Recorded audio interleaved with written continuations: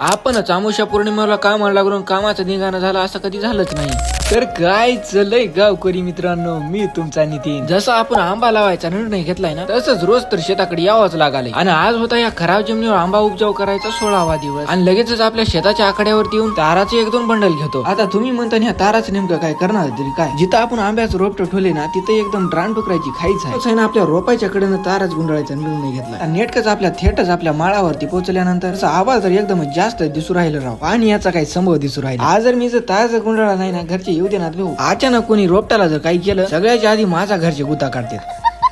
नेटकच आपल्या आंब्यापाशी ताराचं गुंडाळाचं साहित्य टाकलं होतं, तेवढ्यात आला आपल्या घरच्याचा फोन. त्याचं ट्रॅक्टर आलं तेवढं उतरून घेऊन. ट्रॅक्टरचा मला बजरंग असल्यास आपल्याला काय तेवढं काही टेन्शन नाही. स्वतःचं ट्रॅक्टर पण राईटच जागेवर टाकून दिलं. हे काम संपून लगेचच आपल्या रोपायपाशी आलो. आपल्या लगेचच आपल्या कामाला सुरुवात केली. तो इकडे कामाला तर सुरुवात केली ना, आलो वरून पाऊस. माणूस मात्र काळा गोळा राहावा, पण तू माझ्यासारखा काय आपीचा माणूस राहू नये.